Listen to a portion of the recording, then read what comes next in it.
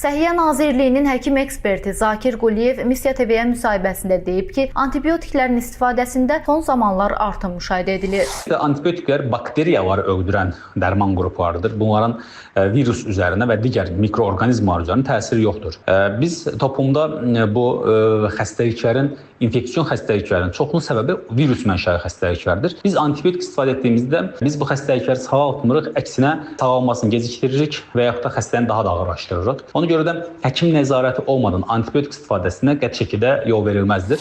Həkim əlavə edib ki, bəzi şəxslər böyrək funksiyalarının nə yerdə olduğunu bilmədən adı çəkilən dərmanları qəbul edir. Həmin səbəbdən mütəxəssislər dərman yazarkən öncə böyrək və qaraciyər funksiyalarına da diqqət yetirməlidir. Çünki sözügedən dərmanlar böyrək, qaraciyər çatışmazlığına gətirib çıxara bilər. Həmçinin mədə, bağırsaqda da ciddi sıxıntılar olur. Belə ki, bağırsaq florasının pozulmasını müşahidə etmək mümkündür. Antibiotiklər bakteriyalarla mübarizədə ən yaxın silahdaşımız olsa da, lakin yanlış qəbulu bu silahı bizim özümüzə yönəldir.